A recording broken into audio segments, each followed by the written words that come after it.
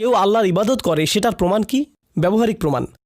একটি হলো আধ্যাত্মিক প্রমাণ, যে অন্তরে বিশ্বাস করে, কিন্তু ব্যবহারিকভাবে বাহ্যিক প্রমাণ কিভাবে? নামাজ। ঠিক, নামাজ প্রমাণ করে যে আপনি শুধু আল্লাহর ইবাদত করেন। আপনি শাহাদা উচ্চারণ করেন, এটা প্রমাণ যে আল্লাহর ইবাদত করেন। হিজাব পরেন, অতএব আল্লাহর ইবাদত করেন, স্পষ্ট বাহ্যিক প্রমাণ। হজে গেলেন, আরেকটি প্রমাণ যে শুধু আল্লাহর ইবাদত হচ্ছে। কোরআনের এই অংশে আল্লাহ বলছেন, আমি চাই তোমরা শুধু আমার ইবাদত করো। এরপর তিনি আমাদের কিছু নির্দেশ দিচ্ছেন। এই নির্দেশগুলো কি হবে?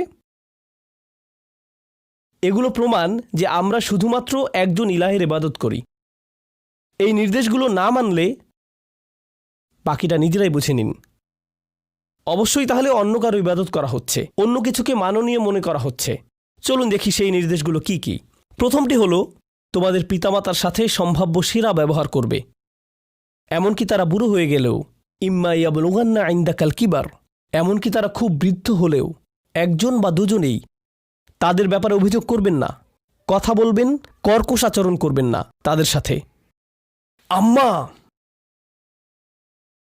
আব্বা, হয়েছে তো, অনেক হয়েছে, এই একই জিনিস প্রতিদিন।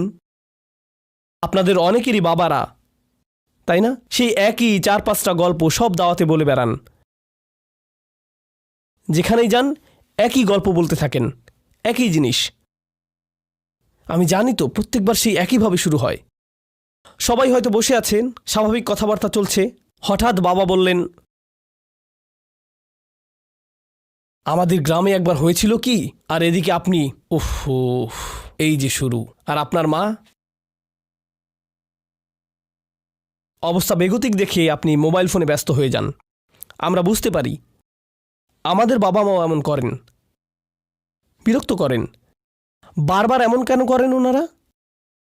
আব্বা এমন কেন করে, আম্মা কেন এমন করে? আর বাবা মারা যখন বুড়ো হয়ে যান তখন আরও বেশি করেন। এখানে না, ম্যানচেস্টারে সবাই ভালো, ব্র্যাডফোর্ডের গুলোই শুধু এমন।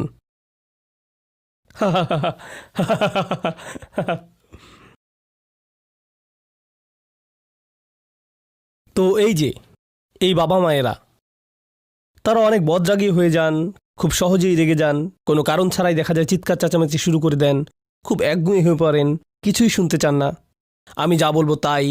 সন্তানের ভিতর অপরাধ বোধ তৈরি করতে সিদ্ধহস্ত হয়ে পড়েন। এমন বয়সে, একটা বয়সে বাবা মায়েদের অবস্থা আসলেই এমন হয়ে যায়। এরপর আপনারা যান টিকটকে সাহায্য খুঁজতে, সেখানে যেয়ে জানতে পারেন আপনার প্যারেন্টসরা আসলে টক্সিক, নার্সিসিস্ট, পারমাণবিক, তেজস্ক্রিয়, তাই না? ইন্নালিল্লাহ, দেখি তো নার্সিসিস্ট লোকের নিদর্শন কি কি। বাবাজান, বাবাজান, বাবাজান, বাবাজান। টক্সিক মানুষের নিদর্শন দেখি তো এবার। আমার পুরো 14 গোষ্ঠী টক্সিক।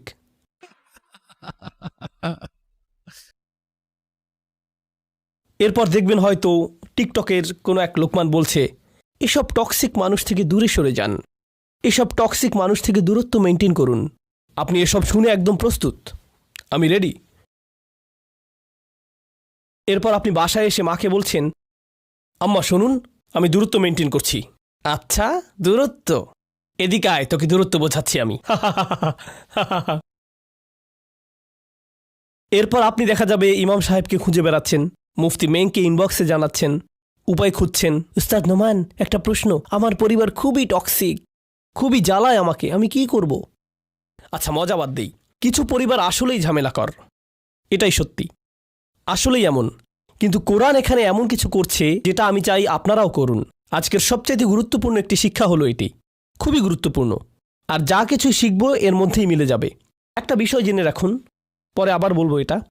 আমি চাই বিধান আর প্রজ্ঞার মাঝের পার্থক্য আপনারা বুঝে নেন। আবার বলছি, কি বলুন তো? বিধান আর প্রজ্ঞা। আচ্ছা, বিধানের একদম সহজ উদাহরণ দিচ্ছি। প্রতিদিন 5 ওয়াক্ত নামাজ কি? বিধান। সামর্থ্য থাকলে হজ কি? বিধান। রোজা রাখা সুস্থ থাকলে কি? বিধান। এগুলো সবই বিধান, এসব বিধান।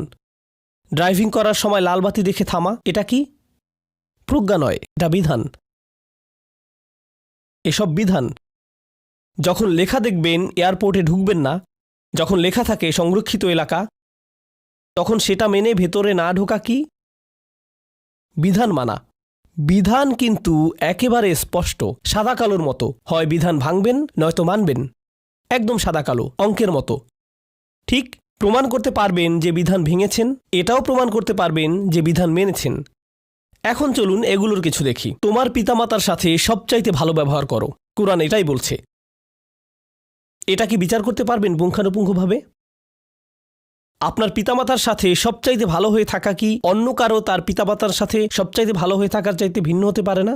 পারে না অন্যরকম হতে পারে, তাই না? আপনার উপর নামাজ 5 ওয়াক্ত ফরজ, ওদের উপরও 5 ওয়াক্ত। বিধান একই, কিন্তু বাবা মায়ের সাথে সর্বোত্তম হয়ে থাকা সবার ক্ষেত্রে একরকম না। আমার এক বন্ধু ছিল, তার মা এতটাই ঝামেলা করতেন, তিনি মানসিকভাবে তাকে এতই যন্ত্রণা দিতেন যে তার রীতিমতো মৃগী রোগীদের মতো খিঁচুনি উঠে যেত। বুঝতে পারছেন? ডাক্তাররা তাকে বলেই দিয়েছিল তার মায়ের থেকে দূরে থাকতে। সে আমাকে জিজ্ঞেস করলে বলেছিলাম, তোমার পক্ষে সর্বোত্তম হলো তোমার মায়ের থেকে দূরে থাকা, কারণ তিনি তোমাকে অত্যাচার করা শুরু করলে তিনি শুধু তোমার ক্ষতি করছেন না, বরং ফেরেশতারা লিখে রাখছে সব কার বিরুদ্ধে? তার। দূরে থেকে বরং তুমি তাকে তার থেকেই রক্ষা করছো। তার জন্য এটাই সর্বোত্তম করা। অন্য এক ঘটনায় একজন মা অসুস্থ হয়ে পড়লেন, একদম পক্ষাঘাতগ্রস্ত, কিছুই করতে পারেন না। ছেলেরা যেয়ে তাকে সাহায্য করে, মেয়েরা যেয়ে তাকে সাহায্য করে, যখনই পারে করে। কিন্তু তাদের তো চাকরি আছে, তাদেরও সন্তান আছে, অন্যান্য দায়িত্বও আছে, তাই তারা যতটুকু সময় বের করতে পারে করে। কিন্তু তাদের মা বলেন, এটা যথেষ্ট না, আমার তোমাদেরকে সারাক্ষণ লাগবে। তার মেয়ে বলল, মা, এটা সম্ভব না, কারণ আমি সারাক্ষণ এখানে থাকলে ভাড়া দিতে পারবো না, বাচ্চাদেরকে খাওয়াতে পারবো না, আপনার দেখভালের খরচও দিতে পারবো না, আপনাকে দেখে রাখতে পারবো না। এটাই আমার পক্ষে সর্বোচ্চ সম্ভব। তিনি কি করছেন জানেন? আয়াতের কথা মতো চলছেন। আরেকজন মানুষ, তার অনেক সময় আছে, সাথে অনেক টাকাও আছে, প্রচুর রসদ আছে, সে হয়তো তাহলে তার পরিবারকে 10 গুণ বেশি দিতে পারবে। তখন কি হবে? আপনার কারো কারো বাবা মা হয়তো নিজের দেশে আছে, কারো বাবা মা আছে বাংলাদেশে, কারো আছে পাকিস্তানে, কারো ইন্ডিয়াতে, কারো আছে আফগানিস্তানে। Alanya darin yine. Darim? Alanya aslan? Okay. Jotor aslan. Okay. Afghani language একটু প্র্যাকটিস করছি। আছে, ঠিক আছে না? তো যাই হোক, ব্যাপার হলো, আপনার বাবা মা দেশে আছেন, আপনার কয়েকটা ভাই বোন আছে। এক ভাই দেশে তার বাবা মায়ের সাথেই থাকে, সে দেশেই থাকে। আর অন্য ভাই হয়তো পিএইচডি করছে, অক্সফোর্ডে পড়ছে, আরেক বোন বিয়ে করেছে, অস্ট্রেলিয়াতে থাকে, একজন এদিকে গেছে, আরেকজন ওদিকে চলে গেছে, আরেকজন আরেক দেশে। ঠিক আছে? কেউ পড়ছে, কেউ চাকরি করছে, তাদের নিজেদের পরিবার আছে, দায়িত্ব আছে, এরপরেও টাকা পাঠাচ্ছে দেশে, বাবা মায়ের খরচ দেখছে।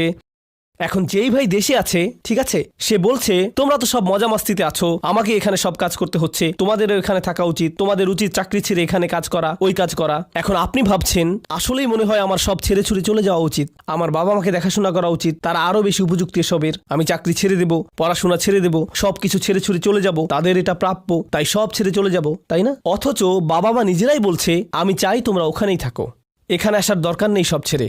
শুধু তোমার ভাই বোনেরাই এসব বলে তোমার অপরাধ বোধ তৈরি করছে, এটা বলছে, ওটা বলছে, তোর তো আরও করা উচিত ছিল, তুই যথেষ্ট করছিস না, ইত্যাদি ইত্যাদি। আমরা কি করেছি বুঝতে পারছেন? আমরা এমন এক সংস্কৃতি তৈরি করে ফেলেছি যেখানে সবার ভেতরেই একটা অপরাধ বোধ কাজ করে। সারাক্ষণ আমি ভাবছি, মনে হয় ভুল করছি। জানেন কোরআন কি বলে? একটা উদাহরণ দেই। ওয়া আয়াতুল্লাহুম আন্না হামালনা যুররিয়াতাহুম ফিল ফুলকিল মাশহুন। তাদের এক আয়াত এই যে আমি তাদের বংশধরদের নৌযানে আরোহণ করিয়েছিলাম। সূরা ইয়াসিন, ইয়াসিন শরীফ। পাকিস্তানিরা ইয়াসিন শরীফ। আল্লাহর একটি নিদর্শন হলো যে তিনি মানুষকে তাদের সন্তানদের কিসে আরোহণ করতে দিয়েছিলেন? জাহাজে। সে সময় জাহাজে আপনার সন্তানকে রাখা মানে কি? সে কি সামনের সপ্তাহে ফিরে আসবে? না, হয়তো 5-10 বছর পর ফিরে আসবে, কিন্তু তাকে তার বাবা মাকে ছেড়ে যাওয়ার জন্য কেউ অপরাধী বানাচ্ছে না, কেউই না। এটা কোরআনেই আছে, আল্লাহর একটি নিদর্শন, আল্লাহর একটি নিয়ামত। এটি আল্লাহ বলছেন যে এটা আমারই এক আয়াত যে তারা তাদের সন্তানদেরকে জাহাজে তুলে দিয়েছিল। জানেন এখন কি হচ্ছে? আমরা বাবা মায়ের সাথে প্রত্যেক মুহূর্ত কাটানোকে একদম যেন বিধান বানিয়ে ফেলেছি। এটা বিধান নয়, এটা কি? প্রজ্ঞা। আর প্রজ্ঞা কিন্তু বিধানের চাইতে ভিন্ন বিষয়, কারণ প্রজ্ঞা পরিস্থিতির উপর নির্ভরশীল। আপনার পরিস্থিতি ভিন্ন, তাই আপনার সর্বোচ্চ করাটাও ভিন্ন। আরেকজনের প্রেক্ষাপট আবার অন্যরকম, তার সর্বোচ্চ প্রচেষ্টাও অন্যরকম। বুঝতে পারছেন? আপনি যদি এখন বলেন যে আমি শুধু আমার বাবা মায়ের সাথেই থাকতে চাই, এখন তাদের চিকিৎসার খরচ দিচ্ছি আমি, কিন্তু চাকরি ছেড়ে আমি আমার মায়ের পা মালিশ করতে চাই। আপনি যত ইচ্ছে মালিশ করুন, কিন্তু ডাক্তার কিন্তু আর আসবে না, কারণ তাকে দেবার মতো টাকা তো আর নেই আপনার কাছে। এখন এখন মনের সুখে পা মালিশ করুন, যান। না না, ইসলাম তো এটাই চায় না। আপনার মৌলিক জ্ঞান বুদ্ধিই নেই, বুঝতে পারলেন? তাহলে আয়াতটিতে প্রথমে আল্লাহ বলছেন আল্লাহর ইবাদত করো, এরপর বাবা মার প্রতি সর্বোচ্চ করো, তারপর বলছেন ওয়া আতিযাল কুরবা হাক্কাহু, আত্মীয় স্বজনকে তাদের প্রাপ্য দাও। আপনারা কেউ কেউ ভাবছেন আমি তো জানি তাদের প্রাপ্য কি, আমি ওটাই করব আজকে, এটা নিয়েই ভাবছিলাম অনেক দিন।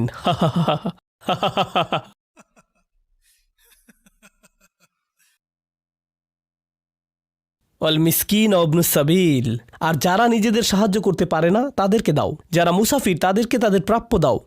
অর্থাৎ মানুষকে সাহায্য করা থেকে মাহরুম রাখবেন না। শুধু অপছন্দ করেন বলে কাউকে সাহায্য করা থেকে বিরত থাকবেন না। আসলে অপরিচিতদের সাথে পরিচিতদের তুলনায় খাতির করা, তাদের পছন্দ করা বেশি সোজা। এতিমখানায় কুরবানির গোশত দেয়া, গ্রামে কূপ বসানো অনেক সহজ, তবে নিজের জাকাতের টাকার একটুখানি নিজের দূরের আত্মীয়কে দেয়াটা অনেক কঠিন, কারণ তাদেরকে সহ্যই হয় না, অনেক ঝামেলা। আল্লাহ সেসব আত্মীয়দের নিয়েই শুরু করেছেন। এরপর আরও বলছেন ওয়ালা তুবাযযির তাবযীরা, আর টাকা অপচয় করো না। এমন মনে করো না যে নিজের অনেক টাকা আছে, যেখানে ইচ্ছে যেভাবে ইচ্ছা নষ্ট করতে পারি। ইন্নাল মুবাযযিরিনা কানু ইখওয়ানা শায়াতিন। এরপর আবার বলছেন আর একদম কৃপণও হয়ে যেও না। অর্থাৎ আপনি দোকানে গেলেন, এখন বাচ্চারা বলল যে ব্রেড লাগবে, কিন্তু আপনি বলছেন এত ব্রেডের দরকার নেই, এত ব্রেডের দরকার নেই, একটা ব্রেড নাও, সেটাকে 4 ভাগ করে খাও, সেটাই যথেষ্ট, তোমাদেরকে ওজন কমাতে হবে। তাহলে এটা একটা বাড়াবাড়ি। অন্য বাড়াবাড়িটা কি? যে ইচ্ছামতো খরচ করবেন। এরপর আল্লাহ বলছেন ইন্না রব্বাকা ইয়াবসুতুর রিজকা লিমান ইয়াশাউ ওয়া ইয়াকদিরু। কি অসাধারণ হিকমা!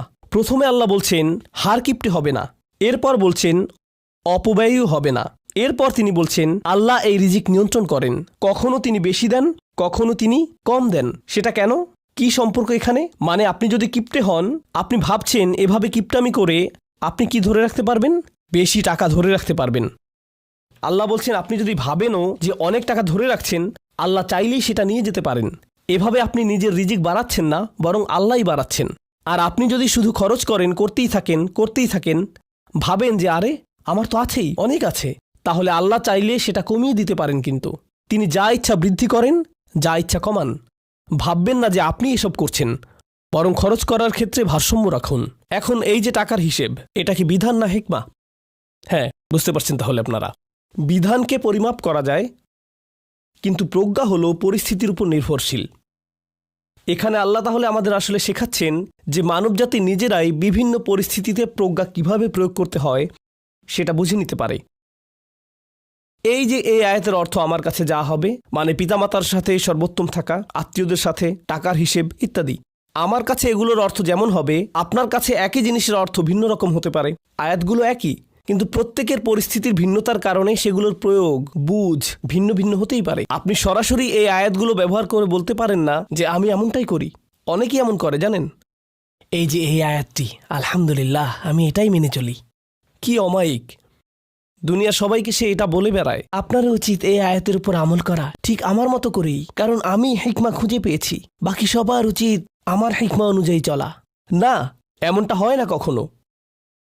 সবার ব্যাপার ভিন্ন।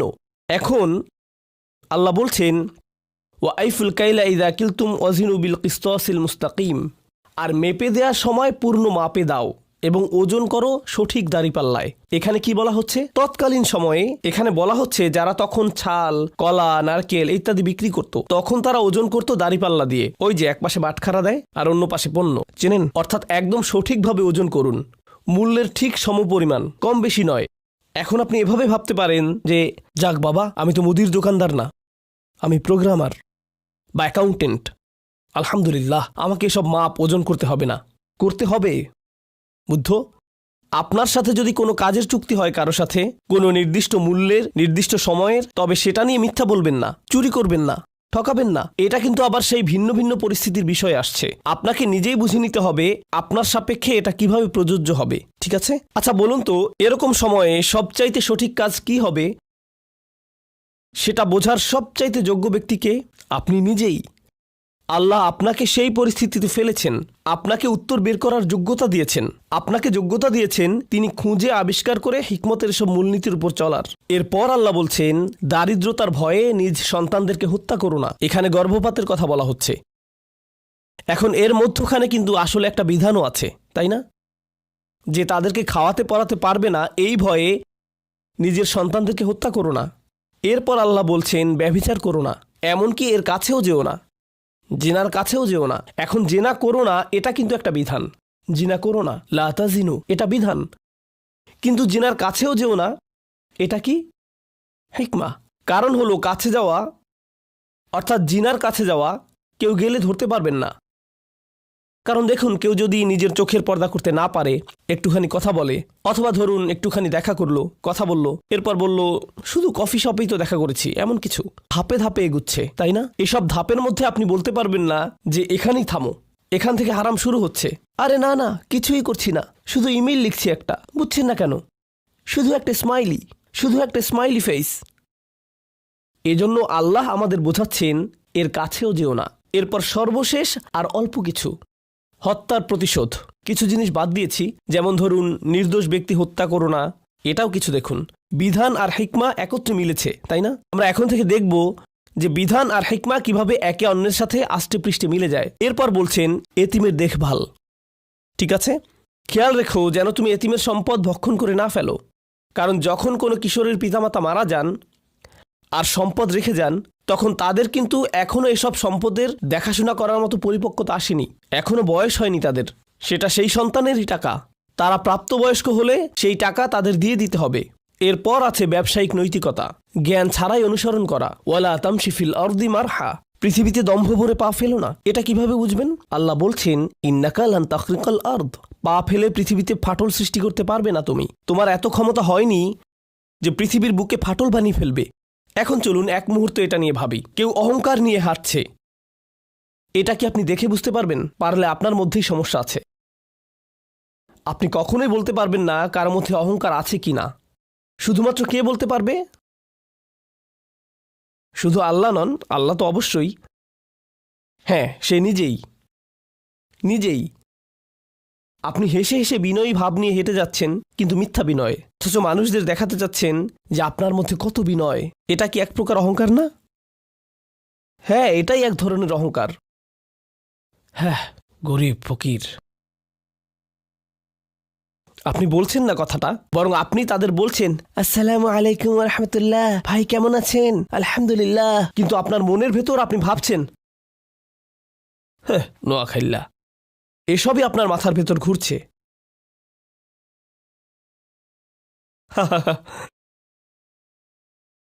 এটা আপনি বুঝতে পারবেন না, অন্য কারো মধ্যে ধরতে পারবেন না।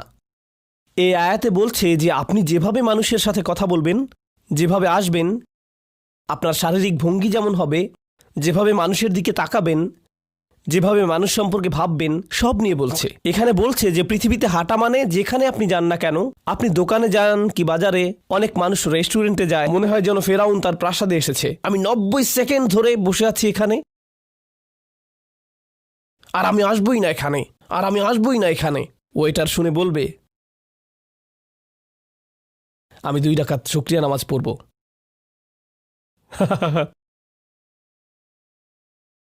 এই সবগুলো আয়াত খেয়াল করুন, প্রথমটা ছিল আল্লাহকে নিয়ে, তাই না? বাকিগুলো কি নিয়ে? বাকিগুলো পিতামাতা, আত্মীয় স্বজন, মুসাফির, খরচ, কৃপণতা, অপচয়, ভ্রূণ হত্যা না করা, জিনা থেকে দূরে থাকা, হত্যা করা, এতিমের দেখভাল, ব্যবসায়িক নৈতিকতা, জ্ঞান ছাড়া কিছু করা, অহংকার সহ না চলা। এসবগুলো কিসের সাথে সম্পর্কিত? এগুলো সব মানুষের সাথে সম্পর্কিত, কিভাবে তাদের সাথে চলছেন। এখানে কিন্তু নামাজের কোনো কথা নেই, রোজা রাখার কোনো কথা নেই, কোনো আচার প্রথার কথা নেই, তাহাজ্জুদ নামাজের কথা নেই, এসব কিছুই নেই এখানে।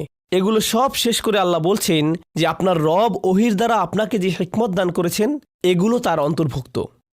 এটাই হলো হিকমা।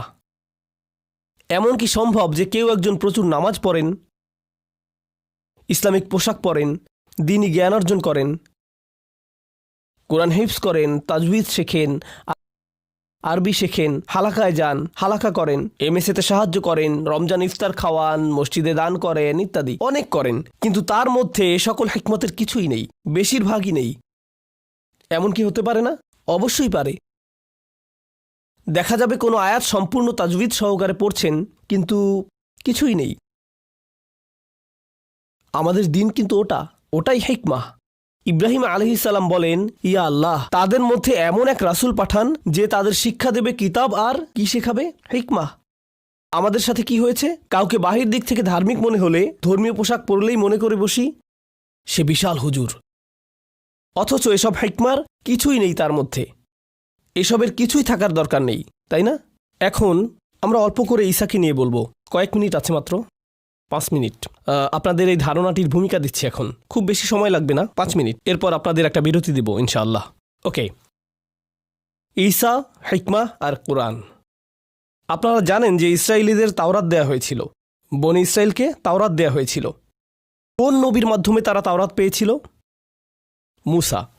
তাহলে কিতাবের দৃষ্টিকোণ থেকে ইসরায়েলিদের প্রথম রাসূল হলেন মুসা, আর ইসরায়েলিদের শেষ নবী হলেন ঈসা। এখানে আমি আপনাদের যা জানাতে চাচ্ছি তা হলো, কোরআন মূলত বলছে যে মুসাকে দেয়া হয়েছে কিতাব। মুসাকে কি দেয়া হয়েছে? কিতাব বা বিধান। আর ঈসাকে, অর্থাৎ সর্বশেষে নবী ঈসাকে দেয়া হয়েছে, মুসাকে দেয়া হয়েছে কিতাব আর ঈসাকে কি? হিকমা। এখন আমাদেরকে কিতাব আর হিকমার মধ্যে সম্পর্কটি বুঝতে হবে, কারণ এতক্ষণ পর্যন্ত কিতাবের বিষয়টি ছিল আলাদা, কিন্তু এখন আমাদের খুঁজে বের করতে হবে এই দুটোর মধ্যে সম্পর্ক। ঠিক আছে? প্রথম কথা হলো, খ্রিস্টান কবিতাতেও ঈসা আলাইহিস সালামের উপর নাজিল হওয়া ইঞ্জিলকে বলা হতো হিকমা, আর কোরআনও বলছে ঈসা আলাইহিস সালাম বললেন, আমি তোমাদের কাছে হিকমা সহকারে এসেছি, আর এসেছি তোমরা যা নিয়ে মতভেদ করতে সেগুলো পরিষ্কার করতে। এখানে কিন্তু ইন্টারেস্টিং একটা ব্যাপার আছে। আপনারা কি স্যাম হ্যারিস নামক ভদ্রলোককে চেনেন? সাকিবকে ধন্যবাদ সেটা আমাকে দেখিয়ে দেবার জন্য। আমি আপনাদের সবার সাথে শেয়ার করছি। আপনারা চেনেন স্যাম হ্যারিসকে? বেশ জনপ্রিয় নাস্তিক। এই ভদ্রলোক সৃষ্টিকর্তার বিশ্বাস করা নিয়ে অনেক কথাবার্তা বলে, যে এর কোনো মানে নেই ইত্যাদি ইত্যাদি। তো সে একবার উইলিয়াম লেইন ক্রেইগের সাথে বিতর্ক করছিল। তখন সে একটা কথা বলল। সে যা বলেছিল সেটা সংক্ষেপে অনেকটা এমন, দেখুন, আমাদের এসব ধর্মের একদমই প্রয়োজন নেই। আমি চাইলেই 5 মিনিটে নতুন আরেকটা ধর্ম বানিয়ে দেখাতে পারি, সেগুলো থেকেও এটা আরও ভালো হবে। আপনাদেরকে যা করতে হবে তা হলো মুসার 10টি প্রত্যাদেশ যা বাইবেলে আছে, সেটা থেকে চিত্র মূর্তি বানানোর অংশটা ফেলে দিতে হবে। কারণ 10 প্রত্যাদেশে তো আছেই যে তোমরা কোনো প্রতিমা মূর্তি বানাবে না, এরকম না? সেটা বাদ দিয়ে দিন, এটার কোনোই দরকার নেই। এরপর সাবাত বাদ দিয়ে দিন, আজকাল এটারও দরকার নেই। এরপর বাচ্চাদের দেখভাল করো, এটা ঢুকিয়ে দিন, মানে শিশুদের দেখাশোনা আর কি, এটা ঢুকিয়ে দিন। আগের চাইতে অনেক ভালো ধর্ম হয়ে গেল। তিনি এটাই বললেন। তাহলে বিখ্যাত নাস্তিক কি বলছে? 10 আদেশ থেকে কি সরাতে হবে আপনাদের? সাবাত, মূর্তি পূজা, এগুলো সরান। কি যোগ করবেন? বাচ্চাদের দেখাশোনা। এটা কি হুবহু কোরআনের 10 প্রত্যাদেশের সংস্করণ না? বলুন, এখানে কি সাবাত আছে? না। আর কি যোগ করা হয়েছে এখানে জানেন? সন্তান হত্যা করো না, এতিমের সম্পদ ভক্ষণ করো না। এগুলো কি? কাদের রক্ষা করা? বাচ্চাদের। আর সে বলছে এতে নাকি অনেক বেশি প্রজ্ঞাপূর্ণ ধর্ম হবে। আর এই অংশের শেষে আল্লাহ কি বলছেন? তিনি বলছেন, আপনার রব ওহির দ্বারা আপনাকে যে হিকমত দান করেছেন এগুলো তার অন্তর্ভুক্ত। এই নাস্তিক জানেই না যে সে কোরআনের কথাই বলছে। সুবহানাল্লাহ। ওকে, এখন আমরা এটা খ্রিস্টীয় দৃষ্টিভঙ্গিতে দেখব একদম সংক্ষেপে। এটা নিয়ে বড় আলোচনার দরকার নেই, শুধু এটুকু জানলেই হবে যে খ্রিস্টানরা একসময় বিশ্বাস করতে শুরু করলো যে বিধানের আর প্রয়োজন নেই। তাদের আকিদা এমন হয়ে গেল যে যিশু এসে তার বিসর্জন দ্বারা, তিনি যে নিজেকে বিসর্জন দিয়েছিলেন, খোদা যে তার একমাত্র পুত্রকে ক্রুশবিদ্ধ করলেন, এসবের কারণ হলো যে এর মাধ্যমে, যিশুর বিসর্জনের এই রক্তপাতের মাধ্যমে সকল মানুষের পাপ মুছে গেছে। অর্থাৎ বিশ্ব মানবতা যিশুর রক্তের মাধ্যমে পবিত্র হয়ে গেছে। এটাই বর্তমানে খ্রিস্টানদের আকিদা। ঠিক আছে? তারা বলছে যে যিশুর পূর্বে আল্লাহর বিধান মানাটা বাধ্যতামূলক ছিল। কিতাবে দেয়া বিধান কাকে দেয়া হয়েছিল? মুসাকে। তারা বলছে যে যিশুর পূর্বে নিজেকে পবিত্র করতে হলে বিধান মানার প্রয়োজন ছিল, অর্থাৎ পাপ মুক্তির জন্যে শরীয়ত মানাটা জরুরি ছিল, এছাড়া উপায় ছিল না। কিন্তু এখন যেহেতু যিশু এসেছেন, তার রক্তপাত হয়েছে, এই রক্ত সবাইকে পবিত্র করে ফেলেছে। এখন যেহেতু সবাই পবিত্র হয়েই গেছে, অতএব আর কিসের দরকার নেই? বিধান, শরীয়ত মানার দরকার নেই। তাহলে এখন দেখতে পাচ্ছেন খ্রিস্ট ধর্ম আর কিতাব ও প্রজ্ঞার ধর্ম নেই। কিসের ধর্ম? শুধু হিকমা। অন্যদিকে ইহুদিদের বিষয়টা হলো, যখন ঈসা আলাইহিসসালাম প্রজ্ঞা নিয়ে হাজির হলেন, এই ইহুদিরা তাকে মুরতাদ ঘোষণা করে দিল আলাইহিসসালাম, তাকে অমুসলিম ঘোষণা করে দিল, যে সে ইসলাম ত্যাগ করেছে, যে দিন ত্যাগ করেছে, সবচাইতে বড় পাপ করে ফেলেছে। কেউ কেউ তো তাকে আবার ব্যভিচারের তোহমতও দিয়েছিল, যে তাকে এখন হত্যা করে ফেলতে হবে। তাহলে খ্রিস্টানরা অস্বীকার করেছে কিতাব, আর ইহুদিরা অস্বীকার করেছে হিকমা। বুঝতে পারছেন? আস্তে আস্তে বাড়াবাড়ি শুরু হয়ে গেল। খ্রিস্টানরা এতই বাড়াবাড়ি শুরু করলো যে বলতে লাগলো যিশু স্বয়ং প্রজ্ঞা, তিনিই জীবন্ত প্রজ্ঞা, তিনি নিজেই জীবিত চলাফেরাকারী হিকমা। এখন কোরআন কি বলছে এখানে? কোরআন এখানে এসে বলছে যে না, যিশু হিকমা নয়, যিশুকে হিকমা দেয়া হয়েছিল। একটুখানি ভুল ঠিক করে দিয়ে কোরআন পুরো বিষয়টাকে বদলে দিল। এরপর কোরআন আরেকটি কাজ করল। ইহুদিরা বলে আমাদের কাছে কিতাব আছে, খ্রিস্টানরা বলে আমাদের কাছে কি? হিকমা আছে। এদিকে কোরআন বলছে আল্লাহ তাআলা ঈসা আলাইহিসসালামকে শিখিয়েছেন কিতাব আর হিকমা আর তাওরাত আর ইনজিল। এখন কোরআন অনুযায়ী ঈসা আলাইহিসসালামের কাছে কিতাব আর কি? হিকমা, দুটোই আছে। কোরআনেও কিন্তু মূল ফোকাসটা হিকমার অংশের দিকে। এরপর চলুন বুঝতে চেষ্টা করি এটা কিভাবে হচ্ছে। এই অংশটি আপনাদের পড়ে শোনাচ্ছি, তারপর আপনাদের বিরতি দিচ্ছি। Jesus' reform of Jewish law is presented in Christian discourse as a return to the Decalogue, which in turn equated with natural law in patristic writings and hikmah in the Quran. Basically what this means is Jesus brought hikmah to the law. এখানে মূলত বলা হচ্ছে যে যিশু বিধানের মধ্যে হিকমা নিয়ে এসেছিলেন। যিশু বিধানে কি এনেছিলেন? হিকমা। উদাহরণস্বরূপ, ইহুদিরা একটি বিধান আবিষ্কার করল, তাদের যে উপাসনালয় বা মন্দির সেটা তো তাদের হারাম, তাই না? এই সিনাগগ কিন্তু মানুষের শস্যের 10% পায়। যেই শস্য মানুষ উৎপাদন করছে তার 10% কোথায় চলে যাচ্ছে? তাদের মন্দিরে। এই ফতোয়ার বিধান তারা আবিষ্কার করেছিল। কিন্তু তাদের এই ফতোয়া নিয়ে আসার পর এটা নিয়ে বিতর্ক শুরু হয়ে গেল যে নিজেদের পিতামাতাদেরকেও তো মানুষের দেয়া উচিত, আবার উপাসনালয়তেও মানুষের দান করা উচিত। আর মুসা আলাইহিসসালাম তাওরাতে বলছেন যে পিতামাতার সাথে ভালোভাবে চলো, তারা অগ্রাধিকার পাবেন, এটা একদম পরিষ্কার। কিন্তু ইহুদি রাবাইরা এসে বলল না না না, মন্দিরে তো সবার দিতেই হবে, আর মন্দিরে দেওয়াটাও জরুরি। এখন মন্দিরে দেওয়াটা যেহেতু বাধ্যতামূলক, তাই আপনি যদি আপনার পিতামাতার অংশের সম্পদটুকু কোথায় দিয়ে দেন? মন্দিরে দিয়ে দেন, তবে সেটা ঠিক আছে, সমস্যা নেই। কিন্তু ঈসা এসে বললেন না, এমনটা করা যাবে না। আল্লাহর কিতাবকে পাশ কাটিয়ে নিজেরা নতুন নতুন ফতোয়া আবিষ্কার করে তাই আল্লাহর কিতাবে নাজিল হয়েছে এমন ভাব করলে হবে না। আল্লাহ যা আসলেই নাজিল করেছেন তার যেন কোনো মূল্যই নেই। তখন তারা কি বলল? আমি আপনাদের বলেছি যে শস্যের 10% দিতে হবে। তখনকার সময়ে, মানে ইসলামের পূর্বে, ইহুদিদের আলিমদের বলা হতো ফেরাসিস। আমি আপনাদের বলেছি যে শস্যের 10% দিতে হবে। তখনকার সময়ে, মানে ইসলামের পূর্বে, তো তারা একটি ফন্দি বের করলো যে কোন শস্যগুলো দিতে হবে, সমস্ত প্রকারের শস্য নাকি শুধু গমের বা ধানের বা অন্য কোনো শস্য। মানে তাদের উপাসনালয়তে কোন ধরনের শস্য দান করতে হবে আর কোনগুলো না দিলেও চলবে, আর কোনগুলো দেওয়ার দরকার নেই। ঠিক আছে? এদিকে ঈসা আলাইহিসসালাম তাদের বলে দিলেন তোমরা কোন শস্য দিতে হবে আর কোন শস্য থেকে ছাড় পাবে সেটা নিয়ে নিজেরা তর্ক করতেই থাকো, অথচ আসল বিষয়টি তোমরা ভুলে গেছো, ন্যায়, বিশ্বাসযোগ্যতা, রহমত। আচ্ছা খেয়াল করুন, যখন তিনি এই যে ন্যায়, বিশ্বাসযোগ্যতা, রহমতের কথা বলছেন, তিনি বলছেন তোমরা কিতাব নিয়ে এতই মজে আছো যে হিকমা ভুলেই গেছো। শুধু কিতাব ধরে হিকমাকে বাদ দেওয়া উচিত হয়নি, মানে তোমাদের কিতাবের পাশাপাশি হিকমা চর্চা করা উচিত ছিল। এখন এই বিষয়টি আমাদের জন্য কেন গুরুত্বপূর্ণ? কারণ যা হয়েছিল তা হলো, কিছু মানুষ এখনও বলে আপনার প্যান্ট কতটুকু নিচে নেমেছে, আপনার দাড়ি কত লম্বা, দেখি তো আমি দাড়ি মাপার মেশিন এনেছি। তাদের কাছে যেন লেজার পয়েন্টার আছে, যেন স্বয়ংক্রিয়ভাবে বলে ফেলতে পারবে পেছনের সারিতে কার দাড়ি যথেষ্ট লম্বা না। মানে প্রত্যেক খুঁটিনাটি তাদের চেক করতেই হবে। খুঁটিনাটি নিয়ে বেশি পড়ে থাকে, তখন তাদের নিজেদের পরিবারই বিরক্ত হয়ে যায় তাদের উপর। এরা সারাক্ষণ শুধু ফতোয়াগিরি করতেই থাকে। এদিকে বিপরীত দিকেও বাড়াবাড়ি হয়। একদিকে কিছু মানুষ যেমন নিজেদের লম্বা দাড়ি, তাদের হিজাব, তাদের জবাইকৃত গোশত ইত্যাদি নিয়ে বাড়াবাড়ি করে, আরেক দিকে অন্যেরা শুধু ভাবে আমি তো ব্যবসায় সৎ, পরিবার দেখে রাখি, রাস্তায় ওভারটেক করি না, প্রাণীদের দেখি, চ্যারিটি করি। এভাবে করে করে কি হয় জানেন? কিছু মুসলিম শুধু কিতাবই করতে থাকে, আর অন্য কিছু মুসলিম শুধু হিকমা করে। তাদের মতে কিতাবের বিধান পালনকারীরা নাকি অতিরিক্ত মৌলবাদী, কিতাবের দরকার নেই, শুধুই হিকমাপন্থী তারা যেন। তাহলে মুসলিমদের মধ্যেও কি পেলেন আপনারা? কিতাবের লোকজন আর কি হিকমাতের লোকজন। আর ঈসা কি করেছিলেন? তিনি ফ্যারাসিসদের বলেছিলেন, তোমরা শুধুমাত্র কিতাব নিয়ে অন্ধ হয়ে আছো, হিকমাকে পরিত্যাগ করেছো। অথচ তোমাদের উচিত কিতাব আর হিকমা। ইব্রাহিম আলাইহিস সালাম দোয়াতে কি বলেছিলেন মনে আছে? একজন রাসূল আসবে, সে লোকদের কি শেখাবে? ইউআল্লিমুহুমুল কিতাবা ওয়াল। দেখেছেন, দুটোই একত্রে থাকার কথা ছিল, একত্রেই দুটোর চর্চা হবার কথা ছিল। কিন্তু বনী ইসরাঈলীদের মধ্যে কি হয়েছিল?